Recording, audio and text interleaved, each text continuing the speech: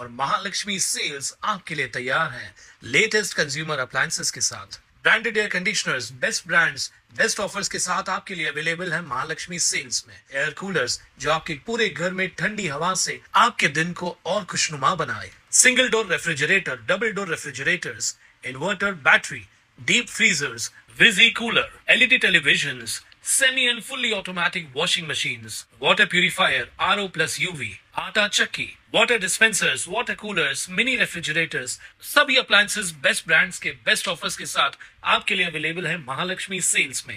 ने एक इंटरव्यू में कहा है, पहले आपने जो प्रेस कॉन्फ्रेंस की थी उनके ऊपर जो प्रधानमंत्री आवास योजना के बारे में आपने जो उनके ऊपर आरोप लगाए, उनके विषय पर उन्होंने बताया कि भाजपा पार्टी जो बता रही है वो सरासर झूठ है और आवास योजना ये खाली केवल धोखादायक इमारतों वालों को मिलने वाली है, ये भी झूठ है। भाजपा सब झूठ बात कर रही है, क्या कहेंगे इस पर? कल आदरणीय राजेंद्र भुल्लर साहब का जो आप सभी पत्रकारों ने इंटरव्यू लिया, उसे मुझे भी देखने का मौका मिला। मुझे आश्चर्य होता है, हमारे वरिष्ठ नगर सेवक हैं, हमारे साथ मिलकर हमने सत्ता चलाई है महानगर पालिका में भी, सरकार केंद्र में भी और यहाँ पर भी, लेकिन उनकी बातों में इतनी अस्पष्टता थी। सबसे पहले कह रहे थे कि यह जो पीएम आवास योजना है उसको मंजूरी कराने के लिए खासदार ने, हमारे जो खासदार हैं, सांसद हैं, श्रीकांत शिंदे की वजह से हुआ है। तो जब श्रीकांत शिंदे की वजह से हुआ है, अगर 2 मिनट के लिए मान भी लिया जाए क्योंकि हमारे आदरणीय खासदार हैं, तो फिर वो क्या प्रश्न श्रीकांत शिंदे जी के ऊपर आरोप लगा रहे थे क्या कि उन्होंने एंटीलिया का जो है वो आपने जो दोष दे रहे थे कि एंटीलिया निकाल लिया, आमदार के दोस्त थे इसीलिए निकाल दिया, वहां महंगे फ्लैट मिलते हैं। या तो आप यह मान्य करिए कि खासदार साहब ने नहीं, भारतीय जनता पार्टी के आमदार ने और भारतीय जनता पार्टी के प्रयासों से यह जो प्रधानमंत्री आवास योजना मंजूर हुई है, तब आपका ये आरोप जो है उसका पूछने का आपको हक बनता है।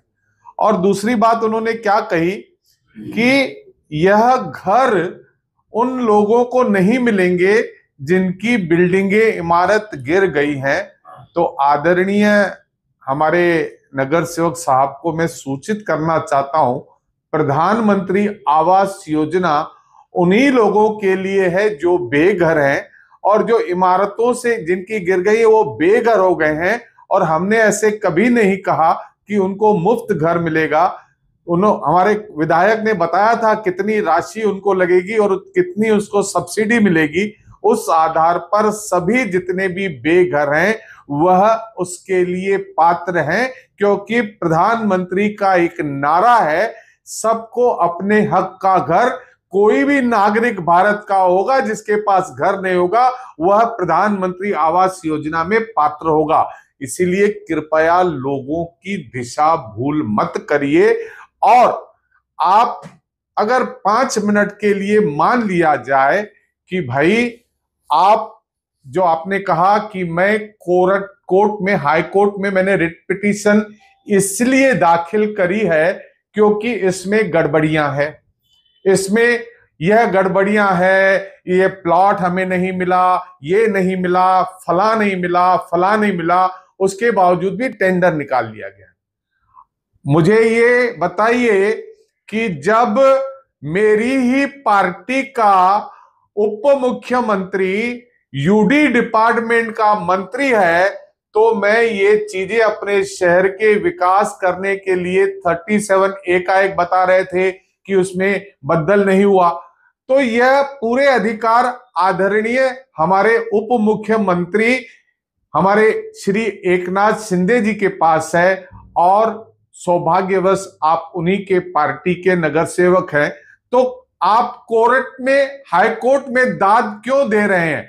अपनी सरकार का मंत्री है, उन मंत्री के पास जाकर और उनके पास यह कहना कि सर यह कठिनाइयां हो सकती है, तो ऐसा लगेगा कि शिवसेना जो है कि विकास के लिए जो चीजें टेंडर आ गई है उसमें रोड़े नहीं अटका रही है। ये तो आप अदालत में जाकर खुला खुला रोड़े लगा रहे हैं और इससे ये समझ में आता है कि आपकी मंशा अदालत में जाने की क्या हो सकती है। यह पत्रकार बंदूक खुद ही निकाले, क्योंकि हमारा मित्र पक्ष है, हम बहुत इससे कड़े शब्द नहीं बोल सकते, लेकिन इतना अवश्य कहूंगा कि आपने इससे पहले कितनी आपने कोर्ट में आपने याचिका दायर की है उसकी भी अगर आप सूची बता दें और उसका क्या हुआ वह भी आप देख लें तो आपको पता पड़ जाएगा। तो इसीलिए मैं आज फिर से शिवसेना शिंदे गुट के नगर सेवक होने के नाते मैं आदरणीय खासदार से यह पूछना चाहता हूं, आदरणीय उप मुख्यमंत्री एकनाथ शिंदे से मैं पूछना चाहता हूं कि आपका जो ये नगर सेवक है वह आपके पास ना आकर आपके विभाग से जो अड़चने न हटाकर अदालत में जाता है और यह कहता है क्योंकि आचार संहिता है, अंबरनाथ में आचार संहिता है, इसके लिए इसे रोका जाए। मंशा रोकने की है। आचार संहिता अगर अंबरनाथ में है, उल्लासनगर में आचार संहिता नहीं है। अगर उसमें पढ़ोगे, क्योंकि प्लाट जो है वह अभी तक उसका लैंड का यूज बदला नहीं है, तो लैंड का यूज बदलने के लिए आदरणीय हमारे उप मुख्यमंत्री और यूडी के मंत्री के पास न जाकर अदालत में जा रहे हैं। तो यह भूमिका हमारे आदरणीय खासदार, आदरणीय हमारे उप मुख्यमंत्री, उनको मान्य है, उनको इनका उत्तर देना पड़ेगा। या यहाँ के जो लोकल नेता हैं जो अपने आप को शिवसेना शिंदेगढ़ के बड़े नेता मानते हैं, उन्होंने बताना चाहिए शहर को कि इस तरह के 750 करोड़ जो केंद्र से आए हैं गरीबों को घर देने के लिए, उसमें रोड़ा अटका रही है शिवसेना। आप लोग इसमें पूरी तरह से फंसते दिखाई दे रहे हैं। इसका आपको जवाब क्या है, इसका जल्द से जल्द पत्रकारों को आपको जवाब देना चाहिए।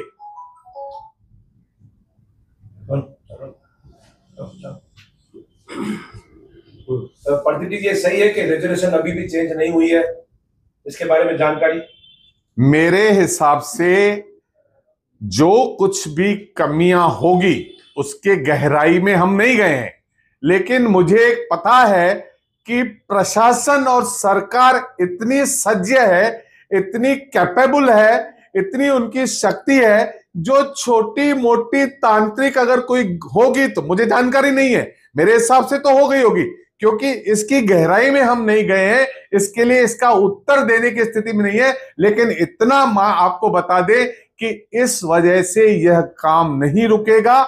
जो चीजें हैं वह करने वाली हमारी सरकार है, और सरकार अगर ऐसी कुछ चीजें कमी रह भी गई होगी तुरंत प्रभाव से, जब हमारे आदरणीय प्रधानमंत्री 750 करोड़ दे देते हैं तो इन छोटी मोटी चीजों के लिए यह इतना बड़ा प्रोजेक्ट रुकेगा क्या? बिल्कुल नहीं रुकेगा। यह केवल इन शिवसेना शिंदेगढ़ की मंशा को उजागर करना का हमारा कारण था, क्योंकि ये कहते हैं कि हम केवल विकास का काम करते हैं। इस तरह से कैसे विकास होगा?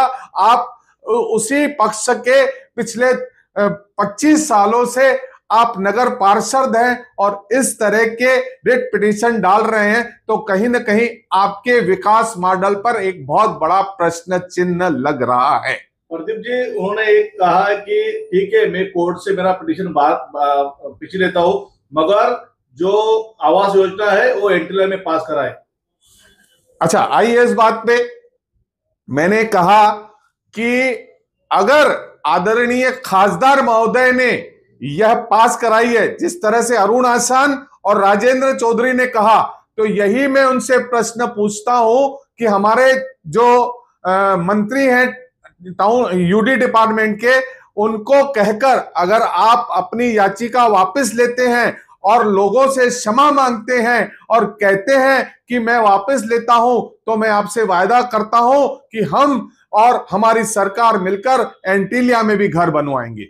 उनका कहना है कि एंटीलिया में ऑलरेडी सैंक्शन है, लेकिन टेंडर क्यों नहीं निकाला गया? अभी हमारे आप जो बोल रहे हैं, यह डिपार्टमेंट जो है उप मुख्यमंत्री श्री एकनाथ शिंदे साहब के पास है।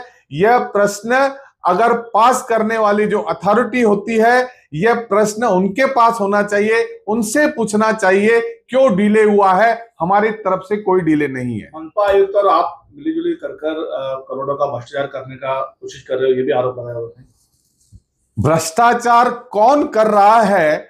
2000 अगर आप कहेंगे कि 2020 में जब शिवसेना की सत्ता थी, जब उद्धव बाला साहब ठाकरे मुख्यमंत्री थे, तब से लेकर आज तक पूरा जो वर्चस्व है शिंदेगढ़ का महानगर पालिका में है।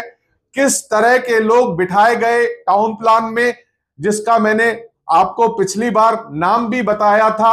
ऐसे लोग किस तरह से, कैसे भ्रष्टाचार उन्होंने किया, किस तरह से पूरे महानगर पालिका के प्रत्येक विभाग में भ्रष्टाचार किया, वो किस तरह से हुआ, कैसे हुआ, इस वक्त उसको आप दिशा बदल जाएगी, उसके लिए अलग से आपसे इंटरव्यू करेंगे। ये सिर्फ भ्रष्टाचार जो रहता है बाहर निकालने के लिए चुनाव के माहौल दिख के बाहर निकालते हैं, बाकी टाइम शांत रहते हैं, आरोप लगाया आप पे। देखिए, चुनाव के समय निकालो या कब निकालो, भ्रष्टाचार एक ऐसी लड़ाई है जो निरंतर लड़ी जाती है। ऐसा नहीं है कि केवल चुनाव के समय में ही होता है। मेरी एक प्रेस कॉन्फ्रेंस में मैंने पहले भी कई बार ऐसे, जब चुनाव नहीं थे तो भी भ्रष्टाचार के मुद्दे निकाले थे, लेकिन जब तक भ्रष्टाचार के मुद्दे पूरी तरह से खुल नहीं जाते तब तक पत्रकारों के आगे आना ठीक नहीं, हवा में किसी तरह के भ्रष्टाचार लगाना ठीक नहीं है। अब कई चीज जैसे टीडीआर का मुद्दा है और सारी चीजें हैं जो खुले तौर पर सामने आ गई है कि जिस तरह से प्रशासन ने इस शिंदे सरकार कहें या आप कहें कि भाई महापौर थे उस समय के, जिस तरह के भ्रष्टाचार एक एक करके बाहर आ रहे हैं, उसका पूरा काला चिट्ठा हमने आपको दिया है। एंटीलिया के बिल्डर से आपकी भारतीय जनता पार्टी के नेताओं की साठगांठ है, इसलिए वो प्रोजेक्ट का नाम आप वहां पर नहीं ले रहे, ऐसा आरोप भुल्लर महाराज ने लगाया। उसको मैं पूरी तरह से आपको बताया, बार बार वही प्रश्न आ रहे हैं सभी पत्रकारों की तरफ से, अंतिम में उत्तर दे रहा हूं। अगर वह श्रेय ले रहे हैं कि हमने यह पास कराया है, तो उसका जो उस तरह का प्रश्न पूछने का उनको अधिकार नहीं बचता। या तो वो अपना श्रेय लेना पीछे ले ले कि प्रधानमंत्री आवास योजना में शिंदेगढ़ का कोई हाथ नहीं था, तब उनकी यह प्रश्न पूछने का अधिकार तब उनको हो सकता है। उन्होंने पूर्व जिलाध्यक्ष बोलते हुए आप पे भी आरोप लगाया है कि जहां ये भ्रष्टाचार की बादशाह करते हैं मगर खुद उस पर शामिल होते कई जगह पे। ऐसे प्रश्नों के क्या उत्तर देंगे जिसका कोई सर नहीं पाव नहीं? ऐसे तो कोई भी किसी को लगा दिए, कोई ऐसे आप प्रमाण कर दीजिए कि पूर्व जो जिला अध्यक्ष यानी मैंने कुछ किया है तो उसके प्रमाण भी देने चाहिए। तो टेंडर डायरेक्ट कैसे निकले? कौन से टेंडर डायरेक्ट कैसे निकले? प्रधानमंत्री आवास के नहीं, ऑनलाइन है। एक ही को कैसे दिए? आपके पास जानकारी नहीं है, वो ऑनलाइन है, अभी भी चल रहा है। उन्होंने एक आरोप लगाया है कि जिस प्लाट पर आवास योजना का निर्माण होने वाला है वो प्लाट अभी भी लोगों के पास ऑक्यूपाइड है। महानगर पालिका ने वो प्रॉपर्टी हैंडओवर की नहीं है, तो वहां पर काम कैसा होगा? और उन्होंने ये भी चैलेंज किया कि महानगर पालिका की आयुक्त वह प्लाट हमें दिखाए कि वो ताबा उनके पास है तो मैं मानूंगा। आप देखिए, ये 7 नंबर में है, जिला अधिकारी ठाणे यांचा अगाऊ ताबा आदेश दिनांक। उन्होंने ये ताबा ठाणे हमारे को कलेक्टर ऑफिस ने दे दिया है, लेकिन आप इस बात को तांत्रिक बातों में क्यों जा रहे हो? क्या वो सरकार का हिस्सा नहीं है क्या? विरोध किस बात का कर रहे हैं? उनका मंत्री नहीं है क्या? यूडी का मंत्री है। कहना तो उन्होंने ये चाहिए कि भाई अच्छी बात है, 750 करोड़ आए हैं, हम सब मिलकर इस शहर के गरीबों के लिए घर देंगे। वो क्या विरोधी पक्ष के नेता हैं? और वो इस तरह के हम पे आरोप लगा रहे हैं। किसके ऊपर आरोप लगा रहे हैं? प्रशासन के ऊपर आरोप लगा रहे हैं। प्रशासन किसका है? भारतीय जनता पार्टी शिवसेना शिंदे गुट की सरकार का प्रशासन है ना। आप कम से कम इस बात का तो समझिए कि बस केवल आपने चले जाना है कोर्ट में और इस लोगों के जनहित के लिए काम करने के लिए आगे नहीं आना है और दिखाना है। अब इनके पीछे क्या मंशा है वो आप पत्रकार है, वो जांचिए। अदीप भाई वो बोल रहे थे कि ये जो रीजेंसी एंटीलिया में जो प्रोजेक्ट अभी तक उन्होंने डिप्लॉयड नहीं किया है, आगे नहीं बढ़ा है, तो मनीषा आवाड़े के खिलाफ में कोर्ट में गया हूँ। मनीषा आवाड़े भ्रष्ट है, लेकिन उसको प्रोटेक्ट करने के लिए बीजेपी मैदान में आई है और मेरे ऊपर आरोप करेंगे। मुझे अभी भी समझ में नहीं आता मनीषा अवाड़े जो हमारी यहाँ की आयुक्त हैं, उसकी नियुक्ति यूडी डिपार्टमेंट करता है। यूडी डिपार्टमेंट की जो चार्ज है आदरणीय एकनाथ शिंदे जी के पास है, उन्हीं के पार्टी से संबंधित रखते हैं, तो इनका आरोप सीधे अपने मंत्री के ऊपर है या हमारे ऊपर है? बार बार इसी प्रश्न का मैं वही उत्तर दे रहा हूं कि पूरे महानगर पालिका के कमिश्नर को किसी की नियुक्ति देनी है तो यूडी डिपार्टमेंट की तरफ से होती है, और UD department urban development department जो है, शहरी डिपार्टमेंट जो है, शहरी विकास जो विभाग है वो शिवसेना शिंदेगढ़ के पास है, आदरणीय उप मुख्यमंत्री हमारे एकनाथ शिंदे के पास है, उनसे प्रश्न पूछना चाहिए। ये आप सभी पत्रकारों को मैं ये नया एक आपके सामने उल्लासनगर के जो भ्रष्टाचार में जिस तरह का रोड़ा एक बार फिर से लगाया जा रहा है, ये कुल 100 करोड़ के काम है। ये देखिए, आप फोटो आप सभी ले लीजिए, 100 करोड़ के काम है। हाँ, वो सारे दे रहा हूं मैं आपको, एक ये भी है। ये 100 करोड़ के सड़क के काम है, जिसको आदरणीय मुख्यमंत्री ने यहां पर देखिए सही करके दिया है। मुख्यमंत्री ने कहा है, कब दिया है? 1/7/2025 को। ये एमएमआरडीए में जानबूझकर रुकाए गए हैं उल्लासनगर के 100 करोड़ के काम, जिसमें मुख्य रूप से उल्लासनगर टर्निंग पॉइंट से गोल मैदान का रास्ता है, नेहरू चौक से प्रेम रामचंदानी टाउन हॉल वाला रास्ता है, शिवाजी चौक से रेलवे स्टेशन का रास्ता है, खेमानी चौक से बैरक नंबर 557 वाला रास्ता है, गुलराज टावर से रेणुका सोसाइटी वाला रास्ता है, फिश मार्केट से डोलूराम दरबार वाला रास्ता है, Ashok Anil cinema via Khemi dyeing Manish Nagar वाला रास्ता है, उल्लासनगर रेड क्रॉस सोसाइटी से नानक गिरा चौक तक का रास्ता है। कुल मिलाकर 100 करोड़ के रास्ते एमएमआरडी यानी इसी विभाग में जिसको रोका गया है, और अभी थोड़े दिनों में ऐसा ना हो जाए कि इसको इलेक्शन आते आते हमारे जो आज के तारीख में मित्र हैं लेकिन मित्र के रूप में विरोधी पक्ष की भूमिका निभा रहे हैं, वह यह कह दे कि हमने 100 करोड़ के रास्ते पास कर दिए। तो इसको पहले से ही हम बता रहे हैं, यह हमारे मुख्यमंत्री द्वारा दिया गया आदेश है एमएमआरडी को। इसके सारे अगर ये 100 करोड़ के रास्ते पास हो जाते हैं, जो कि 3-4 महीने से एमएमआरडी डिपार्टमेंट में यूडी डिपार्टमेंट में रुके हुए हैं, इसकी भी मैं आपको जानकारी दे देता हूं। एमएमआरडीए में रुके हुए हैं, यूडी डिपार्टमेंट ने रोके हैं। लाड़की बहन योजना के कारण पैसा नहीं होगा गवर्नमेंट के पास, इसलिए रोके हुए। देखिए, ये भी कारण हो सकता है, लेकिन यथा स्थिति यह है कि रुके हैं। हो सकता है लाड़की बहन की वजह से रुके हैं, तो कोई बात नहीं है, लेकिन अगर अचानक अभी पास हो जाए और उसका श्रेय लेने का कोई कोशिश न करे, इसके लिए हम आपको बता रहे हैं, चलो श्रेय भी ले लें, कोई बात नहीं है, हमारे शहर का काम हो जाए। अगर ये श्रेय ले लेते हैं कि हम लोगों ने ये काम कराए हैं, तो हमें खुशी होगी। भले श्रेय उनके पास जाए, शिंदेगढ़ ने कराया, टीओके ने कराया, हमें खुशी होगी, भले वो श्रेय ले ले, लेकिन काम करवा दें। धन्यवाद। प्रेमनगर टेकरी और संतोष नगर का जो प्लॉट है, उसमें से प्रेमनगर के टेकरी के ऊपर एक बिल्डिंग बनी हुई है और उसका ओसी भी प्राप्त हुआ है बिल्डर को, ऐसा उन्होंने यहाँ पे पत्रकार परिषद में बताया। आपका क्या कहना है? देखिए, ये टेक्निकल बातें डीपीआर सैंक्शन के टाइम पे देखी जाती हैं, और डीपीआर जो है वो स्टेट गवर्नमेंट से और सेंट्रल गवर्नमेंट से सैंक्शन होके आई है। तो बट नेचुरल है, इस प्लाट को जब डिमार्केट किया गया होगा, जब मोजणी की गई होगी, तो उसका ख्याल रखा गया होगा।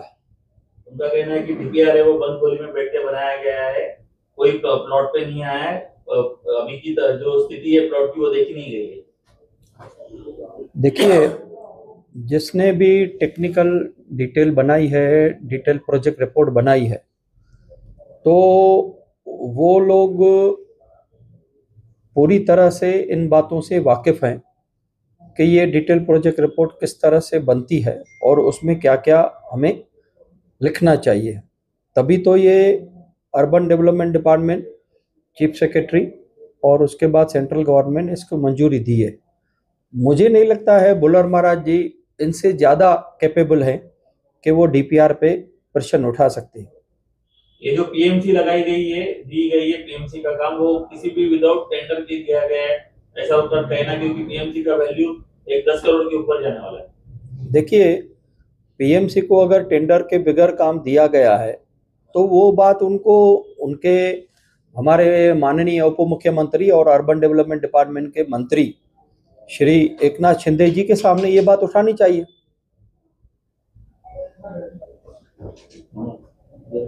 वहाँ है, वो रिजर्वेशन होते हुए वहाँ बिल्डिंगें बनाई जा सकती है क्या?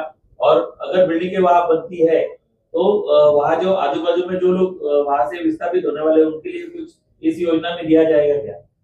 देखिए, इस योजना को जब भी इम्प्लीमेंट किया जाएगा तो रेसिडेंशियल जोन के अलावा जो भी जोन्स इसमें आएंगे तो वो 37(1) के माध्यम से ठीक किए जा सकते हैं, वो कोई इलीगल बात नहीं है। तो मेरा सवाल बुल्लर महाराज से ये है कि माननीय उप मुख्यमंत्री और अर्बन डेवलपमेंट डिपार्टमेंट के मंत्री और उनके ही शिवसेना के अध्यक्ष हैं, तो उनका काम है और उनकी ये जवाबदारी भी है कि पहले वो अर्बन डेवलपमेंट डिपार्टमेंट में जावे और वहाँ मंत्री से 37 का प्रपोजल मंगाने के लिए कहे कि वो उल्लासनगर महानगर पालिका से प्रपोजल मंगावे। नहीं तो दूसरा एक कानून है 37(2) में ये अर्बन डेवलपमेंट डिपार्टमेंट को अधिकार है कि वो खुद वो चेंजेस कर सकता है और बाद में प्रोसीजर करने के लिए महानगर पालिका को कह सकता है, और वो उन्होंने ऐसा कुछ भी नहीं किया, उन्होंने सिर्फ एलिगेशंस लगाए हैं। उनका कहना यही है कि 37(1) में उन्होंने कुछ भी चेंजेस ना करते हुए डायरेक्टली टेंडर दिया है। उनको डर है आयुक्त साहब को कि ये जो टेंडर है उसमें उनको पैसा खाना है और इसलिए उन्होंने जोर जबरदस्ती में टेंडर फ्लो किया है 37(1) न करते हुए। देखिए, 37(1) करना प्रोजेक्ट चालू करने से पहले मैंडेटरी हो सकता है, लेकिन टेंडर फ्लोट करने के लिए उसकी कोई आवश्यकता नहीं है, ऐसा मुझे लगता है। तो बेहतर ये होगा कि 37(1) में करना है या 37(2) में करना है, तो वो आयुक्त का जिम्मेदारी है और इनकी जवाबदारी है कि अर्बन डेवलपमेंट डिपार्टमेंट में जाके बोले कि आप अपने अधिकार क्षेत्र का उपयोग करते हुए 37(2) में कर लीजिए।